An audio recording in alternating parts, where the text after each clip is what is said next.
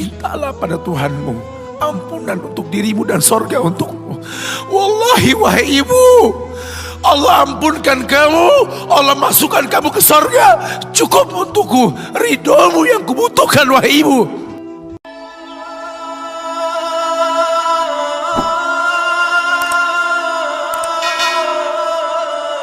Anak yang soleh itu anak yang tahu kalau dia seorang laki-laki nanti secantik apapun istrinya, selucu apapun anak-anaknya, sebanyak apapun harta yang dia miliki, sehebat apapun dia di mata anak buahnya, demi Allah, orang tua tidak pernah menjadi nomor 2 dalam hidup.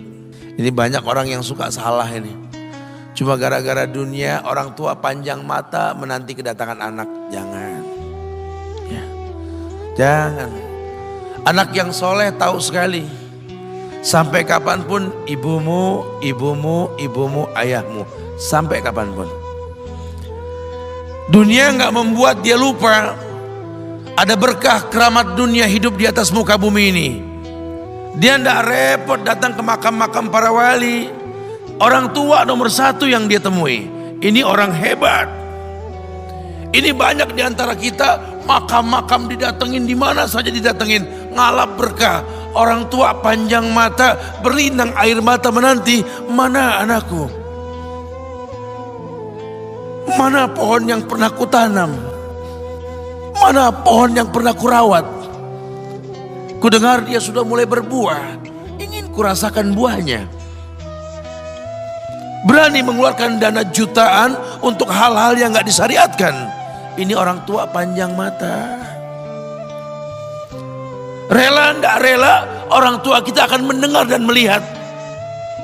Ma, aku pengen nikah. Aku pengen berkeluarga, Ma. Ya orang tua ya seneng lah. Cuma kalau inget metik buahnya belum terasa, ya ada perasaan kayak gimana gitu loh. Karena dia tahu setelah ini dia akan menikah. Bahwa anak orang ada kehidupan yang berbeda yang bakal dia rasa. Orang tua makin hari makin rentan, bukan makin seger. Yang perempuan dibawa orang, ya Allah.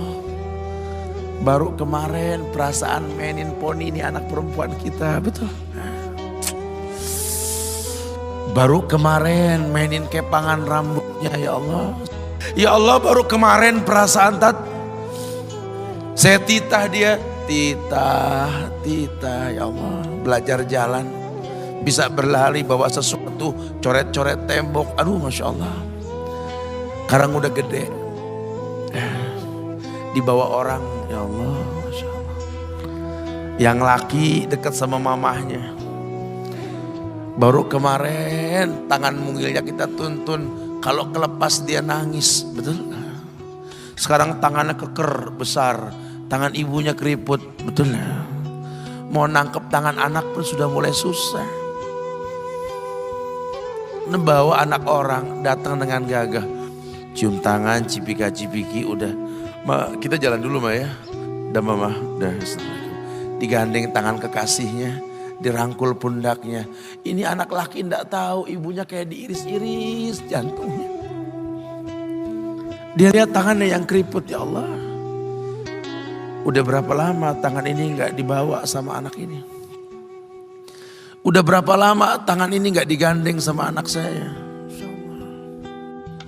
Kita merasa bangga akur merangkul istri kita, ibu kita ngelihat pundaknya. Udah berapa lama pundak ini gak dirangkul seperti itu, ya Allah. Dulu aku berdandan secantik-cantiknya, ku dandankan anaknya, ku bawa di hadapan kawan-kawanku bangga. Lihat anakku. Tapi dia gak pernah berdandan rapi membawa aku ke hadapan teman-temannya. Lihatlah ibuku. Ibunya sudah kebayang, ya Allah, ini anak bakal minta nikah sebentar lagi. Yang wajar kalau orang nanam pohon pengen metik buah, wajar. Ini buah belum terasa, pohon sudah mau dibawa, kebayang tidak? Ya Allah. Mulai dia kebayang. Sehingga rasa-rasa seperti ini menjadi tumpukan rasa di hati orang tua kita, yang nanti pada akhirnya dia pun bakal kembali ke hadirat Allah, kita pun bakal kembali ke Allah, betul? Sementara yang namanya kemuliaan datang dengan cara sabab yang benar. Ridallah fi ridal walidain wa sukhtullah fi sukhtil walidain. Ridanya Allah ada di ridho orang tua, murkanya pun sama. Karena semua ibadah yang dia lakukan berujung pada surga. Dan yang paling gampang ketika dia mau menaklukkan dunia, demi Allah, berkah orang tua dulu yang dia ambil. Ini dirasa oleh orang mulia yang Nabi katakan, innahu min ahlis sama, innahu min ahlis sama. Manhu? Siapa dia? Sahabat, manusia yang pernah hidup zaman sahabat tapi nggak ketemu Rasul, yang bernama Uwais Al-Qarni, pemuda miskin pengembala kambing di negeri Yaman, padang tandus yang dia tinggal di situ, yang dia kesampingkan hidupnya untuk ibunya,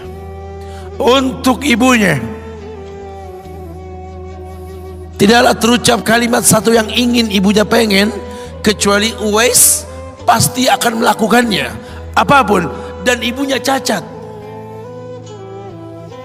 Apa kata Uwais? Tidak akan pernah terlontar kata dari mulut ibuku kecuali kan kulakukan yang dia inginkan. Masya Allah. Ibunya cacat dan dia menomorduakan diri, yang penting orang tuanya dulu.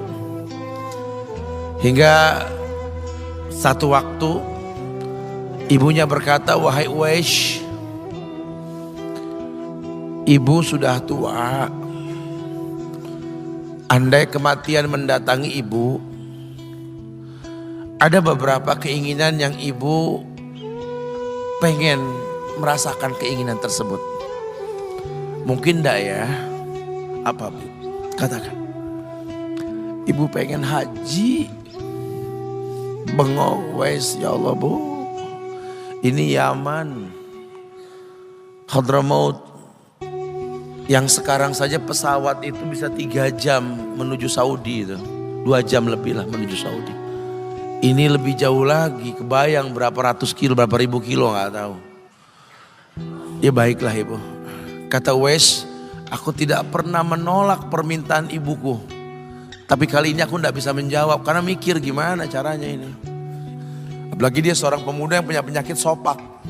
Ada tanda-tanda putih di bagian badan itu kayak pano besar gitu. Udahlah, terserah gimana nantilah.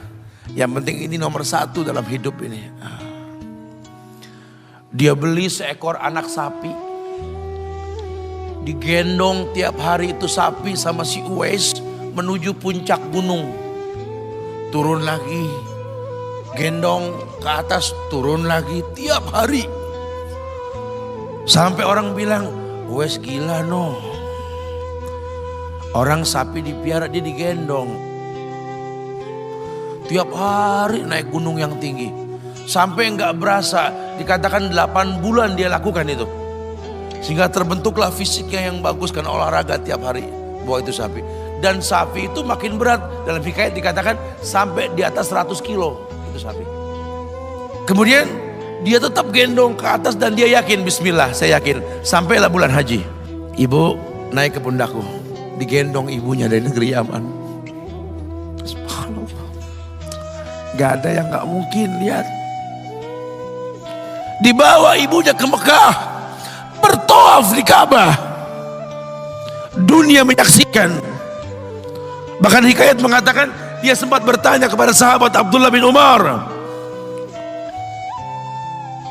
aku telah menggendong ibuku dari negeri Yaman menuju Makkah, bertawaf di Ka'bah ini. Sudahkah aku membayar jasa ibuku? Apa kata sahabat Abdullah bin Umar? Bahkan satu hentakan napas pun ketika melahirkanmu belum terbayar. Bahkan satu hentakan napas pun ketika melahirkanmu belum terbayar. Dia selesaikan tawafnya.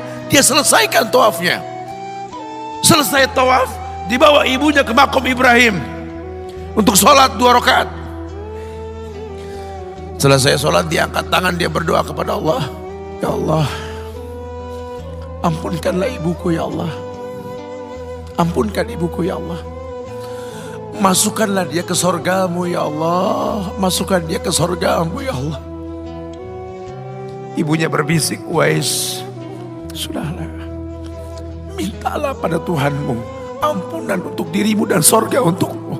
Wallahi wahai ibu, Allah ampunkan kamu, Allah masukkan kamu ke sorga, cukup untukku, ridhomu yang kubutuhkan wahai ibu.